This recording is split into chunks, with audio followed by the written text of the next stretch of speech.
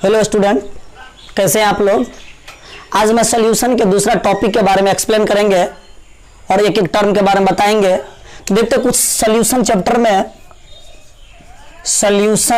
में कौन से सॉल्यूशन के बारे में पढ़ेंगे तो हम ट्रू सॉल्यूशन के बारे में बताएंगे। ट्रू सॉल्यूशन के बारे में बताएंगे। ये सॉल्यूशन के अंतर्गत दो टर्म मिलेगा आपको। एक टर्म मिलेगा सॉल्यूट, जो मैं आपको इससे पहले बता चुके हैं, और दूसरा टर्म सॉल्वेंट। सॉल्यूट का मतलब जिसका क्वांटिटी कम हो, लेसर क्वांटिटी, जिसका क्वांटिटी कम हो या जिसका अमाउंट कम हो। कम क्वांटिटी रहेगा तो सॉल्यूट होगा, और लार्जर क्वांटिटी रहेगा तो सॉल्वेंट होगा। लार्जर क्वांटिटी रहेगा तो वह सॉल्वेंट होगा। सॉल्यूट और सॉल्वेंट को मिलाएंगे तो आपको पहले से पता है सॉल्यूशन बनेगा, तो ये सॉल्यूशन बन जाएगा।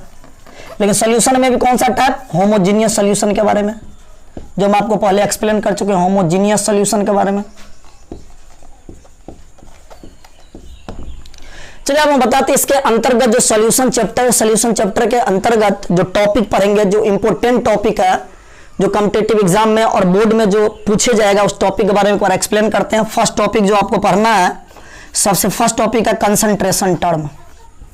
कंसंट्रेशन टर्म, ये कंसंट्रेशन टर्म के बारे में आप 11th में पढ़ चुके हैं, some basic concept of chemistry के अंतर्गत। दूसरा टॉपिक जो हम आपको बताएंगे वह वेपर प्रेशर के बारे में, वेपर प्रेशर के बारे में। और तीसरा टॉपिक कोलिगेटिव प्रॉपर्टीज, जो बहुत ही इंपॉर्टेंट टॉपिक है, कोलिगेटिव प्रॉपर्टीज के बारे में।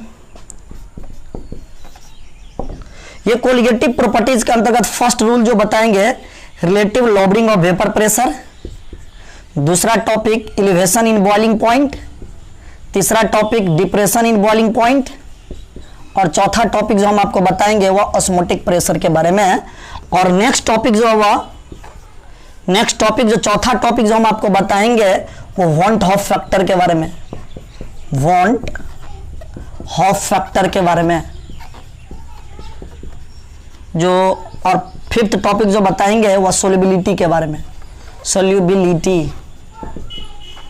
जो इंपॉर्टेंट टॉपिक है, एक कोलिगेटिव, ये कंसंट्रेशन टर्म जो आप 11th से पढ़ चुके हैं, एक एक टर्म के बारे में। और ये colligative properties very very important है बोर्ड के लिए भी और कॉम्पिटिटिव एग्जाम के लिए। और वॉन्ट ऑफ फैक्टर, ये वॉन्ट ऑफ फैक्टर भी इंपॉर्टेंट है, तो बारीकी से सबको एक्सप्लेन करेंगे। चलिए फर्स्ट टॉपिक देखते हैं, कंसंट्रेशन टर्म। होता क्या कंसंट्रेशन टर्म बच्चों?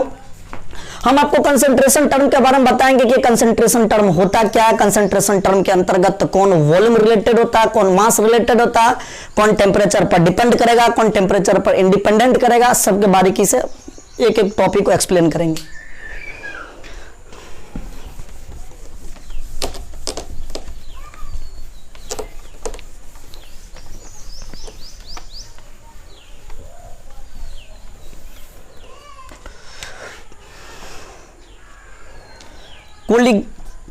कंसंट्रेशन टर्म, तब कोलिगेटिव प्रॉपर्टीज। कंसंट्रेशन टर्म, ये कंसंट्रेशन टर्म होता क्या है? तो relative amount of solute and solvent present in the solution. Solution में जो सॉल्यूट और सॉल्वेंट का जो रिलेटिव अमाउंट रहता है, that is called concentration term. तो लिखेंगे relative amount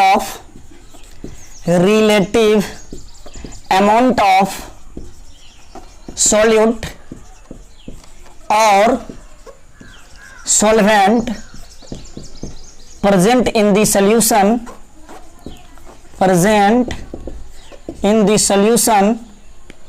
is called concentration term,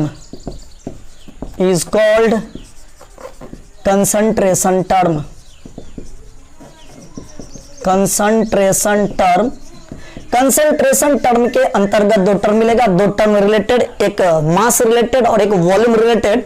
तो फर्स्ट टर्म जो बताएंगे वो मास रिलेटेड के बारे में,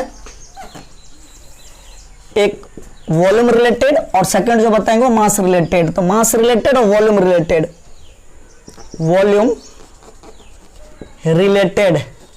कंसंट्रेशन टर्म, और एक mass related concentration term, mass related concentration term. Volume related concentration term जो होगा वह टेम्परेचर डिपेंडेंट होगा, टेम्परेचर पर निर्भर करेगा, डिपेंडेंट, टेम्परेचर पर निर्भर करेगा। जो मास रिलेटेड होगा वह टेम्परेचर इंडिपेंडेंट होगा, टेम्परेचर पर निर्भर नहीं करेगा, इंडिपेंडेंट।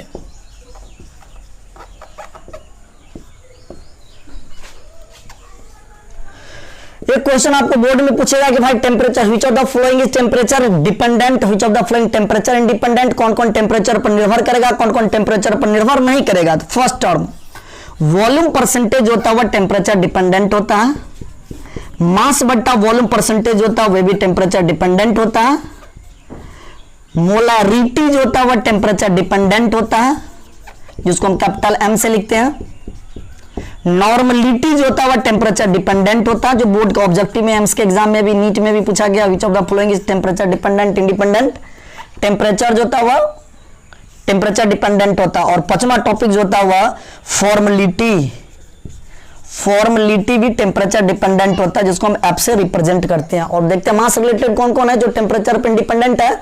मास रिलेटेड जो है फर्स्ट टर्म आएगा मास परसेंटेज, दूसरा टॉपिक मोलालिटी, मोलालिटी अंतर है, यहां पे लिटी है, LIT लिटी है, यहां पे रिटी है, दोनों में अंतर है। मोलालिटी को स्मॉल m से रिप्रेजेंट करते हैं। Third mole fraction, mole fraction के बारे में, मोल फ्रैक्शन, मोल फ्रैक्शन को हम x से रिप्रेजेंट करते हैं। और चौथा जो बताएंगे हम ppm, पार्ट पर मिलियन के बारे में A to Z को हम एक्सप्लेन करेंगे। चलिए देखते हैं एक एक टर्म ये टेम्परेचर डिपेंडेंट है कैसे। मान लेते हैं हम 100 ml दूध लेते हैं, मिल्क लेते हैं और उसको बॉईल करना स्टार्ट कर दिए, टेम्परेचर बढ़ा दिए, और जब बॉईल करेंगे तो भाई टेम्परेचर इसका वॉल्यूम क्या करेगा, डिक्रीज करेगा। जैसे जैसे टेम्परेचर बढ़ाएंगे उसका वॉल्यूम घटते जाए, यानी टेम्परेचर डिपेंडेंट है। जैसे जैसे टेम्परेचर बढ़ाएंगे वॉल्यूम घटता जाए, इसका मतलब टेम्परेचर डिपेंडेंट वॉल्यूम है। जो वॉल्यूम बढ़ेगा तो टेम्परेचर बढ़ाएंगे तो वॉल्यूम घटेगा, तो इसका मतलब ये टेम्परेचर डिपेंडेंट है। Temperature dependent volume percentage, mass by volume percentage, molarity, normality और फॉर्मलिटी। चलिए फर्स्ट पॉइंट देखते हैं वॉल्यूम परसेंटेज होता क्या।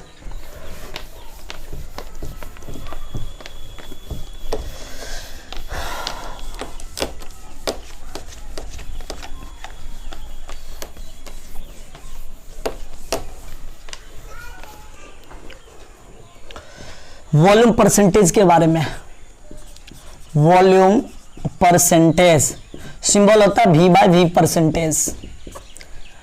वॉल्यूम परसेंटेज के बारे में लिखेंगे volume of solute, volume of solute divided by volume of solution into 100। आप पढ़े नोमिनेटर बाय डिनोमिनेटर, नोमिनेटर यानी ऊपर वाला जो भी होगा वो सॉल्यूट होगा और डिनोमिनेटर जो होगा वो सॉल्यूशन होगा।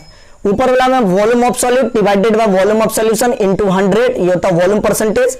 ये वॉल्यूम परसेंटेज टेम्परेचर पर डिपेंड करेगा, एक ऑब्जेक्टिव। और इससे जो क्वेश्चन बनेगा ना एनसीईआरटी का जो भी क्वेश्चन बनेगा कॉम्पिटिटिव एग्जाम का, question number first, if 20 ml HCl present in 80 ml of, present in 100 ml of solution, 100 ml of solution, find volume percentage of, find volume percentage of HCl, HCl का volume percentage कितना होगा। तो भाई जानते हैं volume percentage का formula आप जानते हैं, वॉल्यूम ऑफ सॉल्यूट, जिसका अमाउंट कम हो वह सॉल्यूट होगा। तो volume of solute divided by volume of solution, volume of solution into 100। Volume of solute यहाँ पे जो है वह 20 ml है, जिसका क्वांटिटी कम हो, जिसका अमाउंट कम हो वह सॉल्यूट होगा।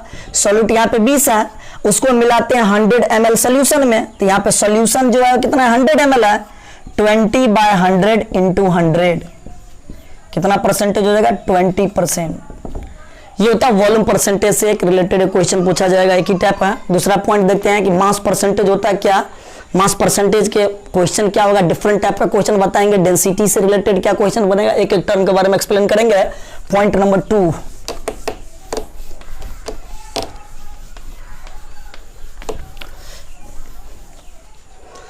मास परसेंटेज के बारे में। मास परसेंटेज के बारे में सिंबल होता है W/W परसेंटेज, लेकिन मास परसेंटेज बराबर mass of solute divided by mass of solution into 100।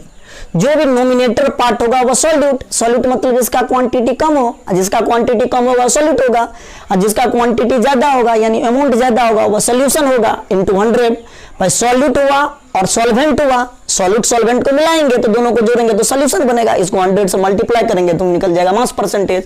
Mass percentage temperature independent होता है, एक objective which of the following temperature dependent या इंडिपेंडेंट, ये इंडिपेंडेंट होगा। इसका क्वेश्चन का टाइप क्या होगा, question number first, 2 gram NaCl present in 18 gram of water,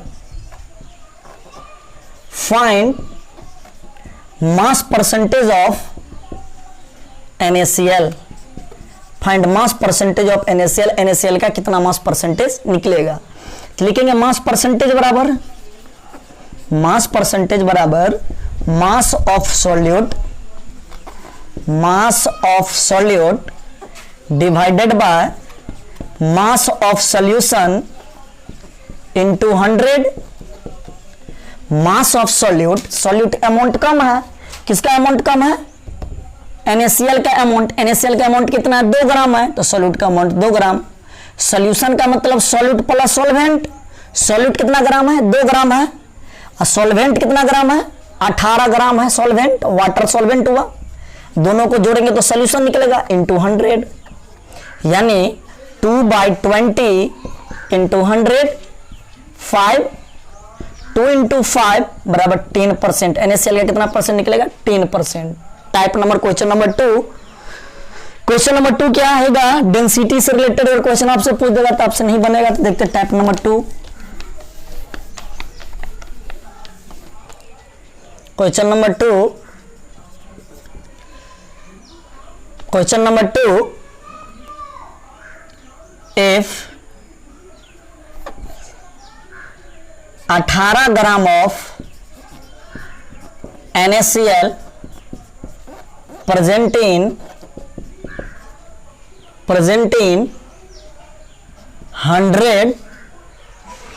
100 ml of water, find mass percentage if density of solution is, density solution का दिया 1.2 ग्राम पर ml।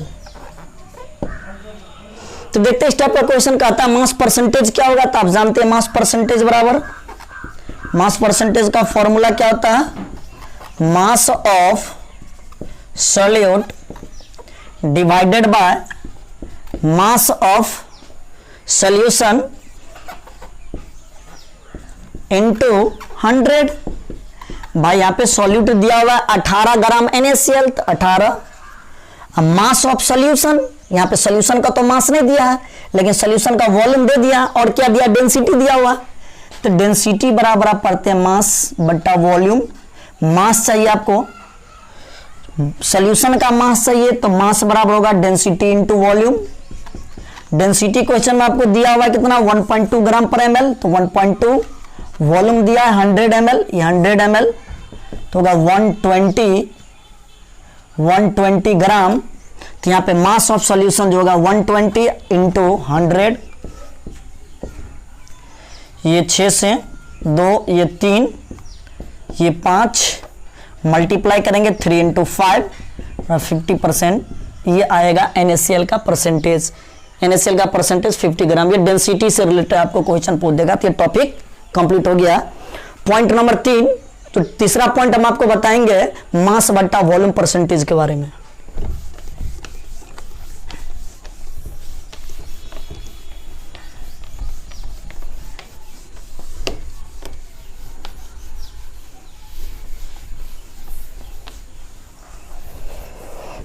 टॉपिक नंबर 3, मास बट्टा वॉल्यूम परसेंटेज। मास बट्टा वॉल्यूम परसेंटेज। सिंबल जो लिखेंगे वह W बट्टा V percentage. ये मास बट्टा वॉल्यूम परसेंटेज होता क्या है, इसके बारे में हम बताएंगे कि मास बट्टा वॉल्यूम परसेंटेज क्या होता है। मास of solute present in 100 ml of solution, 100 ml solution में जो सॉल्यूट का मास प्रेजेंट हो, दैट इज कॉल्ड मास बट्टा वॉल्यूम परसेंटेज। 100 ml सोल्यूशन में मास का जितना परसेंटेज प्रेजेंट हो, that is called mass by volume percentage.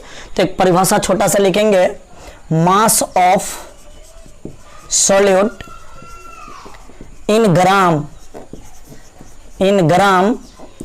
Present in 100 ml of solution is called mass by volume percentage. Is called mass by volume percentage. Mass by volume percentage का जो formula मिलेगा वो मास of solute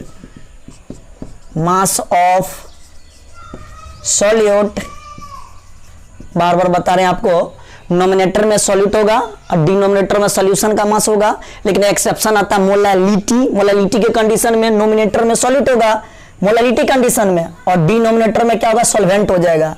लेकिन सभी में मास of solute बटा solution आएगा, nominator में सॉल्यूट, डिनोमिनेटर में सॉल्यूशन। तो क्या लिखेंगे, मास ऑफ सॉल्यूट बटा वॉल्यूम ऑफ सॉल्यूशन इंटू 100। ये आपसे क्वेश्चन इस पर बनेगा।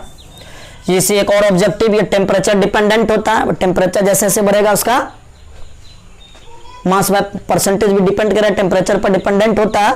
देखते उसका क्वेश्चन क्या बनेगा। Question number first, question number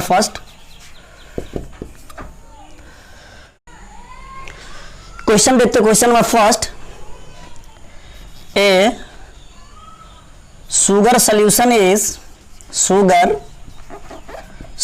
is 10% mass बट्टा वॉल्यूम परसेंटेज, 10% mass बट्टा volume percentage. find mass percentage if density of water is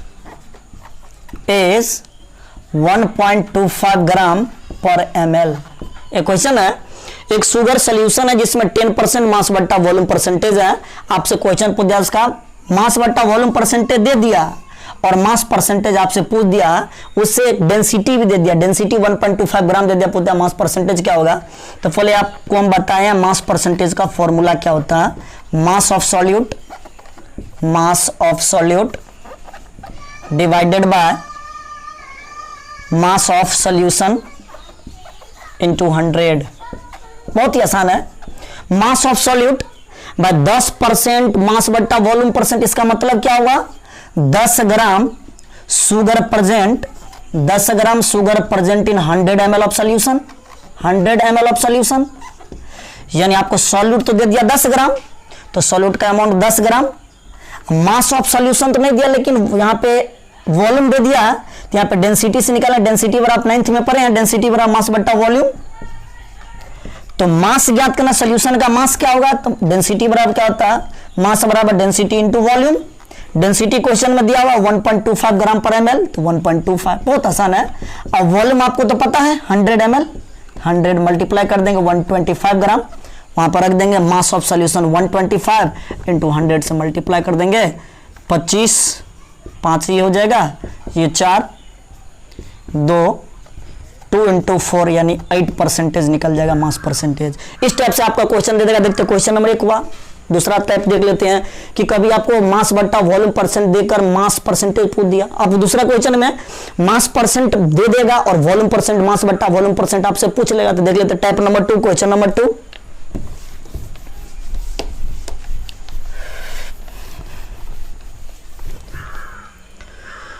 question number 2 देखिए बच्चों, इधर a sugar solution is 10% mass percentage, 10% यहां पे मास परसेंटेज दे दिया। फाइंड पूछ दिया आपको उल्टा, फाइंड मास बट्टा वॉल्यूम परसेंटेज क्या होगा। इफ डेंसिटी ऑफ सोल्यूशन या वाटर इज 1.2 ग्राम पर ml। ये आपको दे दिया, आपसे पूछ दिया कि मास बाय वॉल्यूम परसेंटेज क्या होगा। इसका मतलब आप क्या समझे, 10%। 10% मास परसेंट का मतलब क्या आप समझे, इसका मतलब हुआ 10 gram sugar present 100 gram of water.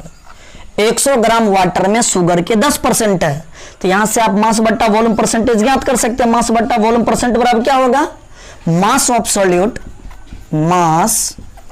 Solute divided by volume of solution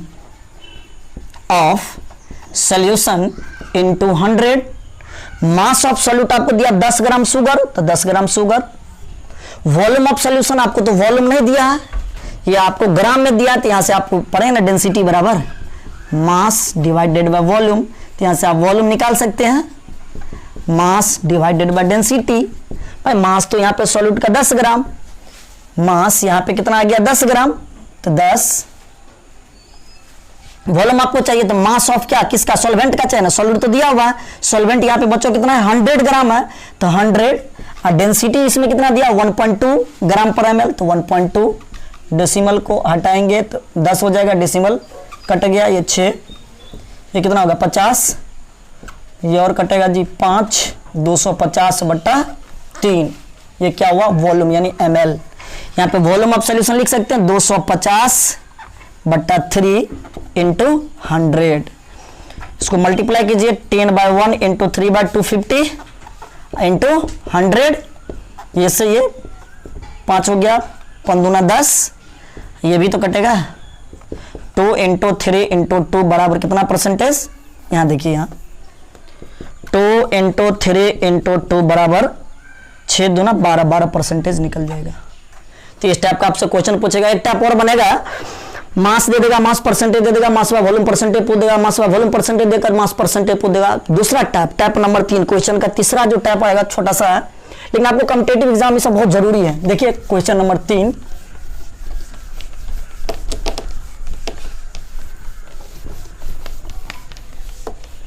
question number 3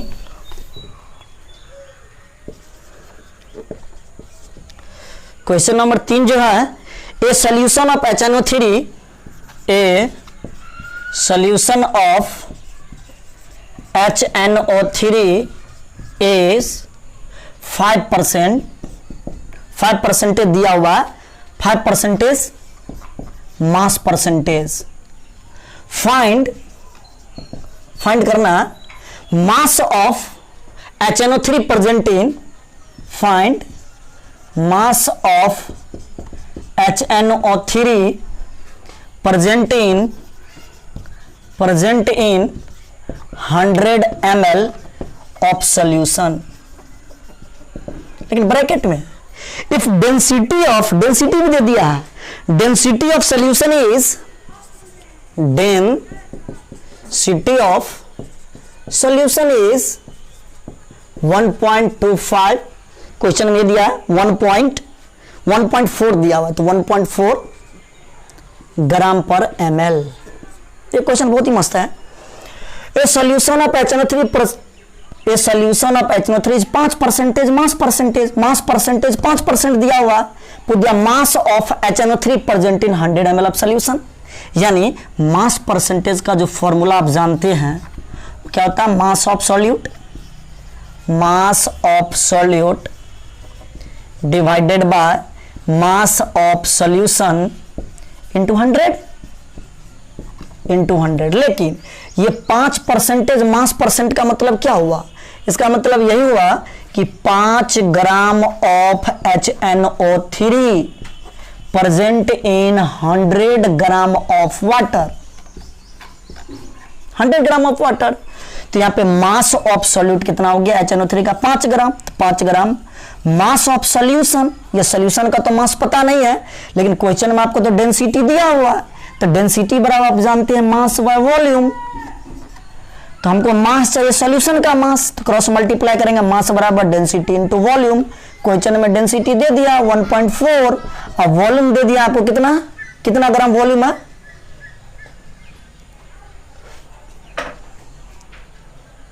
mass percentage दे दिया है ना जी। यहां पे मास ऑफ वॉल्यूम चाहिए, मास ऑफ सॉल्यूशन, वॉल्यूम नहीं दिया हुआ लेकिन मास बाय वॉल्यूम परसेंटेज दे दिया। 100 ml सॉल्यूशन तो दे दिया, प्रेजेंट 100 ml ऑफ सॉल्यूशन, तो 100 है यहाँ पे है ना 100 ml सॉल्यूशन में। तो क्रॉस मल्टीप्लाई करेंगे तो 140 ग्राम आ जाएगा किसका मास, मास ऑफ सॉल्यूशन का मास।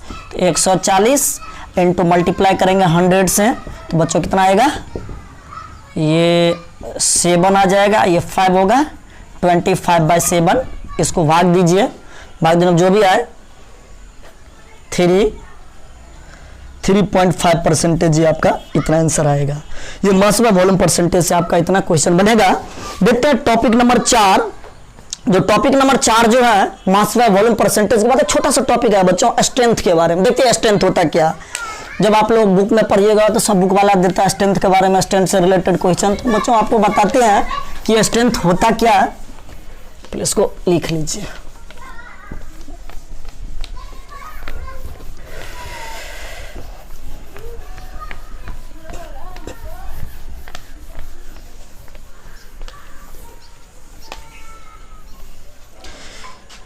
देखिए बच्चों स्ट्रेंथ के बारे में, स्ट्रेंथ होता क्या है, छोटा सा टर्म है।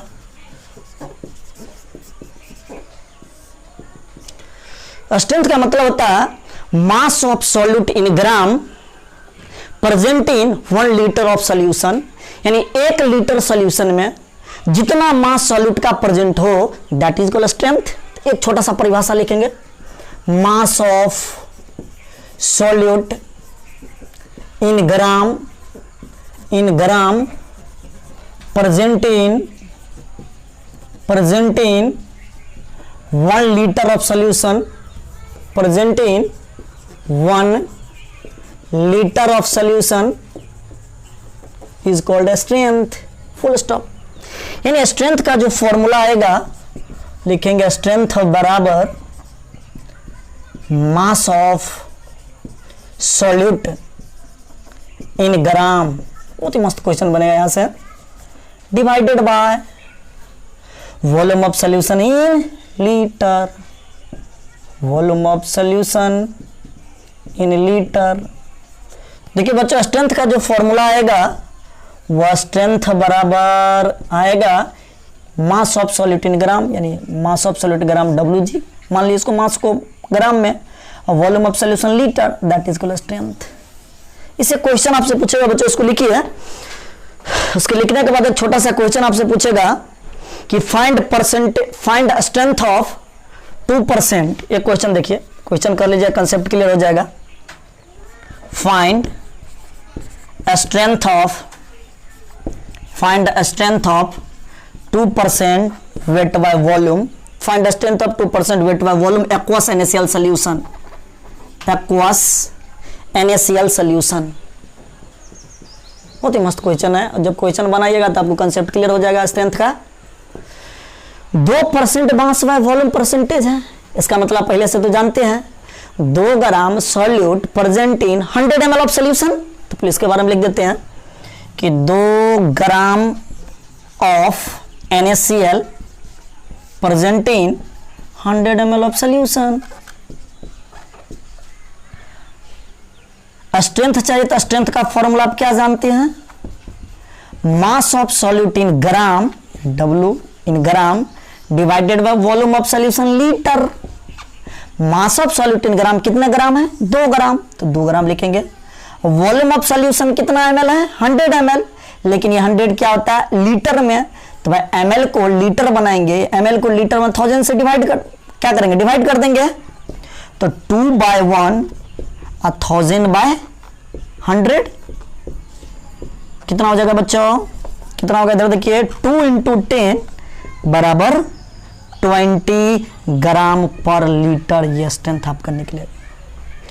बच्चों हम आपको 3 टर्म बताए अभी, mass percentage, mass volume percentage, उसके बाद वॉल्यूम परसेंटेज। अब हम जो आपको टॉपिक बताएंगे, चौथा टॉपिक मोल फ्रैक्शन के बारे में, कि ये मोल फ्रैक्शन होता क्या। देखिए इधर मोल फ्रैक्शन के बारे में लिख लीजिए इतना।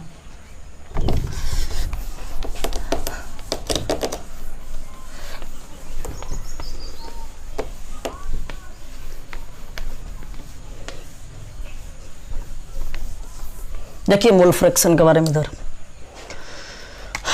टॉपिक नंबर 4 मोल फ्रैक्शन, बहुत ही इंपॉर्टेंट टॉपिक है बोर्ड के लिए, लेकिन VBI जो बोर्ड वाले बच्चे होंगे उसको बोर्ड मॉडल क्वेश्चन लगा दीजिएगा।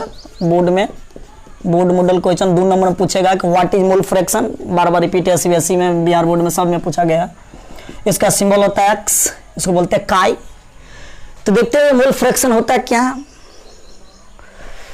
मोल फ्रैक्शन के बारे में, ratio of mole of solute और solvent divided by total mole. Ratio है या एक फ्रैक्शनल है, ratio of mole of solute और solvent divided by total mole is called mole fraction, mole fraction. यानी जिसका केगा मोल फ्रैक्शन ज्ञात करने के लिए उसका मोल डिवाइडेड बाय टोटल मोल। तो मोल फ्रैक्शन का फॉर्मूला क्या मिलेगा, मोल फ्रैक्शन बराबर मोल ऑफ सॉल्यूट और सॉल्वेंट, मोल ऑफ सॉल्यूट रहेगा तो सॉल्यूट, चाहे सॉल्वेंट दिया रहेगा तो सॉल्वेंट, मोल ऑफ सॉल्यूट और solvent divided by total mole. Total mole ज्ञात कर लेंगे। लेकिन बच्चों आपको मोल से मोल कैसे ज्ञात करेंगे, तो मोल के बारे में आप पढ़े हैं, छोटा सा लिख लीजिए मोल के बारे में। एंड सिंबल होता है, मोल बराबर होता है गिवेन मास बट्टा molecular mass, given mass divided by molecular mass, cooler mass, given mass W, molecular mass MW। ये मोल का फॉर्मूला निकल जाएगा, छोटा सा क्वेश्चन के लिए बनाने के लिए।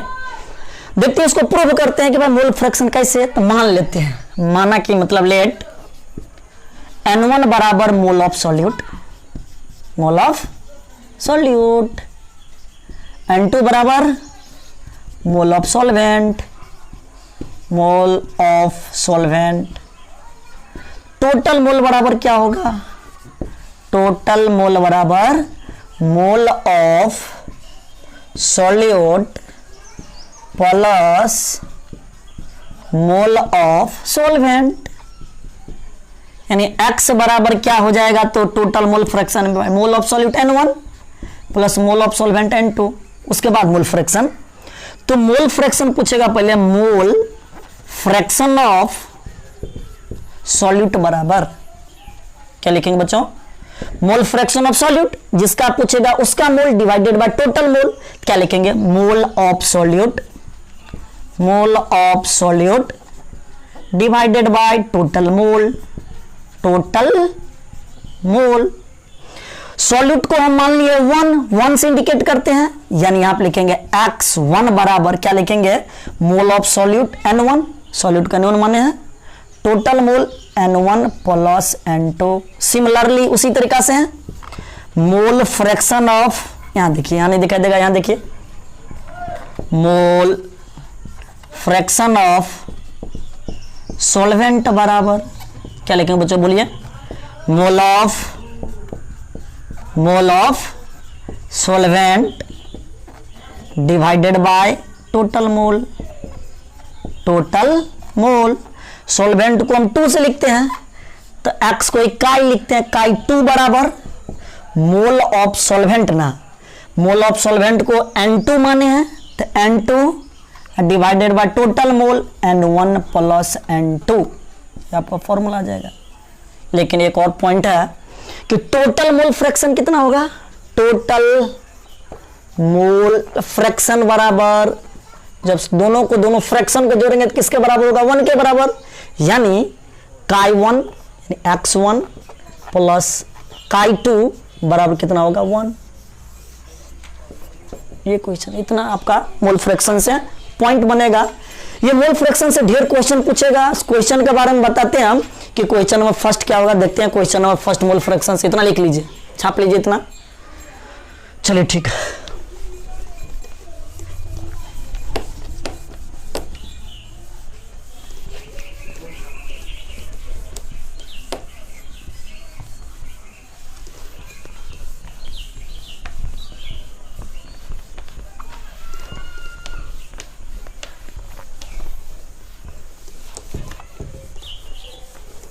Question number first,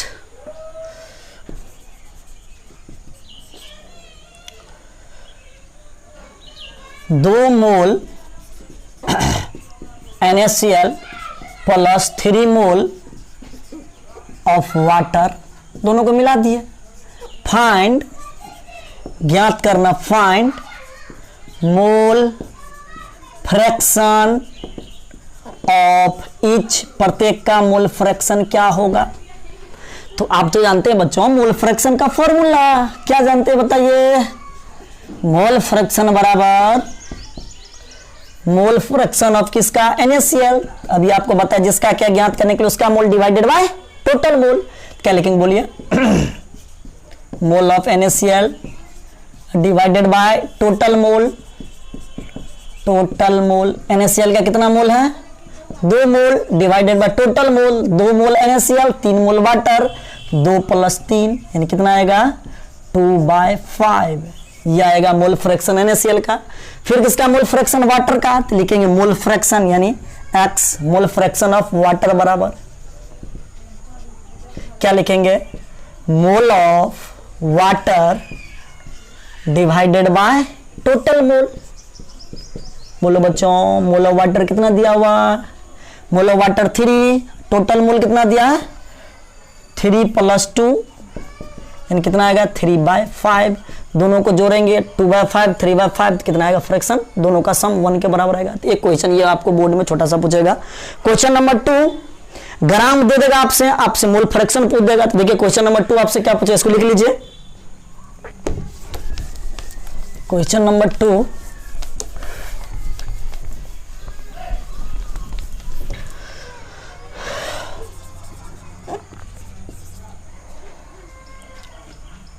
(28 gram of N2 को मिलाते हैं 28 ग्राम ऑफ CO के साथ, कार्बन मोनोऑक्साइड के साथ।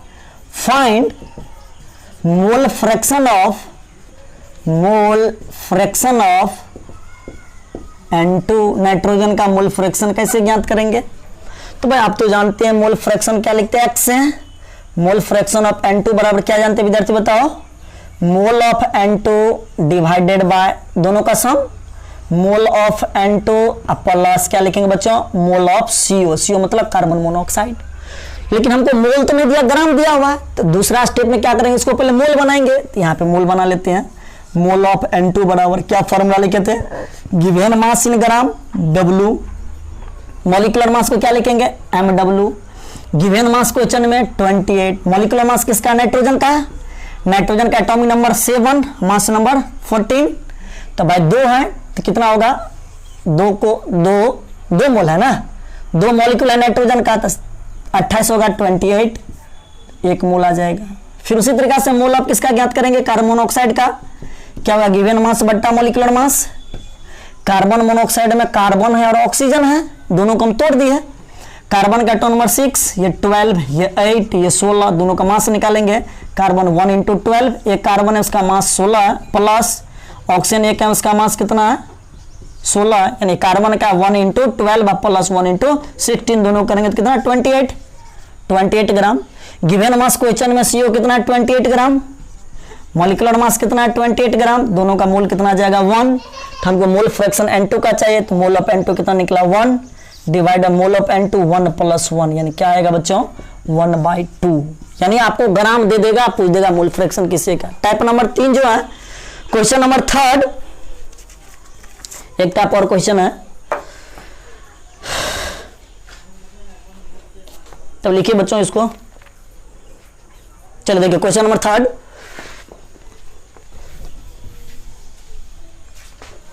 क्वेश्चन नंबर 3 लास्ट क्वेश्चन है मोल फ्रैक्शन का। A solution has 46% mass percentage of ethyl alcohol. A solution is 46% mass percentage of ethyl alcohol। Okay, find हमको ज्ञात करना है mass ethyl alcohol in water. Ethyl alcohol है in water में, in water. Find mole fraction of ethyl alcohol. Ethyl alcohol का mole fraction बच्चों क्या होगा? चलिए सबसे पहले 46% ऑफ मास परसेंटेज, इसका मतलब क्या हुआ 46 gram ethyl alcohol present in 100 gram of water. इसका मतलब ये होना जी 46 gram of ethyl alcohol present in 100 gram of water. यानी बच्चों सॉल्यूशन आपको तो पता चल गया कितना ग्राम है 100 ग्राम, सॉल्यूट भी पता चल गया कितना इथाइल अल्कोहल कितना ग्राम है, अमाउंट कम है जिसका तो सॉल्यूट होगा, सॉल्यूट 46 है, तो सॉल्वेंट 100 में से 46 घटाएंगे तो क्या आएगा सॉल्वेंट का मास आ जाएगा। यहां से एक छोटा सा बॉक्स बना लेंगे। देखिए सॉल्यूशन 100 ग्राम, सॉल्यूट 46 ग्राम, तो सॉल्वेंट निकल जाएगा 100 में 46 को माइनस कर दें कितना आएगा 54 ग्राम। अब यहां से 54 ग्राम आया तो वहां से हमको मोल फ्रैक्शन ज्ञात कर लेंगे इथाइल अल्कोहल का। देखिए इधर इथाइल अल्कोहल कैसे ज्ञात करेंगे,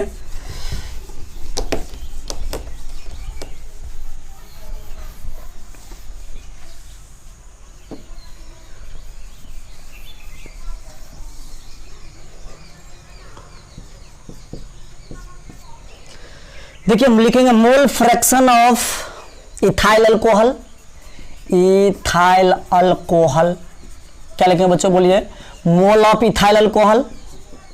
इथाइल अल्कोहल जिसका क्या उसका मोल divided by total mole, mole of ethyl alcohol plus mole of water, mole of water. बच्चों हमको यहाँ पे तो ग्राम दिया हुआ ना, तो पहला स्टेप में क्या करेंगे मोल बदलेंगे। देखिए मोल कैसे बदलेंगे, मोल ऑफ इथाइल अल्कोहल बराबर इथाइल अल्कोहल बराबर फॉर्मूला होता है गिवन मास इन gram divided bye molecular mass. Given mass question में दिया गया है कितना ग्राम है सॉल्यूट का 46। इथाइल अल्कोहल का फॉर्मूला क्या होता है C2H5OH, यानी इसको लिख सकते हैं C2H6O। कार्बन हाइड्रोजन ऑक्सीजन में ब्रेक कर देंगे, इसका एटॉमिक नंबर 6, ये 12, हाइड्रोजन का 1 ऑक्सीजन का 8 और 16, तो मॉलिक्यूलर मास का 2 × 12 है ना जी, 2 × 12, ऑक्सीजन 6 × 1 और हाइड्रोजन है ना 1 × 6, एगो हाइड्रोजन 6 गो है तो 6, हाइड्रोजन का मास होता है 1 to 1, ऑक्सीजन 1 है तो 1 × 16, 24 + 6 + 16 कितना आ जाएगा 46 ग्राम। तो यहाँ से 46 ग्राम निकाल लेंगे, तो इथाइल अल्कोहल का कितना मास मोल निकलेगा 46, यहाँ से मॉलिक्यूलर मास 46, मोल निकल गया 1 मोल। फिर वाटर का मोल निकाल लेते हैं, देखते हैं मोल ऑफ वाटर बराबर फॉर्मूला तो आप जानते हैं गिवन मास बट्टा मॉलिक्यूलर मास। वाटर का कितना मोल दिया, वाटर मतलब सॉल्वेंट कितना 54, अब वाटर का फॉर्मूला होता है H2O। H2O को ब्रेक करेंगे दो पार्ट में, हाइड्रोजन ऑक्सीजन में, हाइड्रोजन का एटॉम 1 और मास नंबर 1, फिर इसका 8 और 16, मॉलिक्यूलर मास का 2 × 1, ऑक्सीजन 1 है 1 × 16 कितना आएगा जी 2 × 16 बराबर 18, इसको भाग दो तो कितना मोल निकल जाएगा 3 मोल। तो ऊपर में कहता है mole of ethyl alcohol, ethyl alcohol कितना मोल निकल गया 1 मोल, इथाइल अल्कोहल 1 मोल और वाटर का 3 मोल, यानी कितना आ जाएगा 1 + 3/4 वही 1/4। बच्चों इसी तरीके से आप बनाते रहिए, मेरा यूट्यूब चैनल को सब्सक्राइब कर दीजिएगा एलन केमिस्ट्री दरभंगा। इसी तरीके से आप लोग सब्सक्राइब करते रहिए, कमेंट बॉक्स में बताते रहिए, मेरा ऐसे एनर्जी और बिल्डअप होते रहेगा, नया नया वीडियो आपको डालते रहेंगे। Thank you.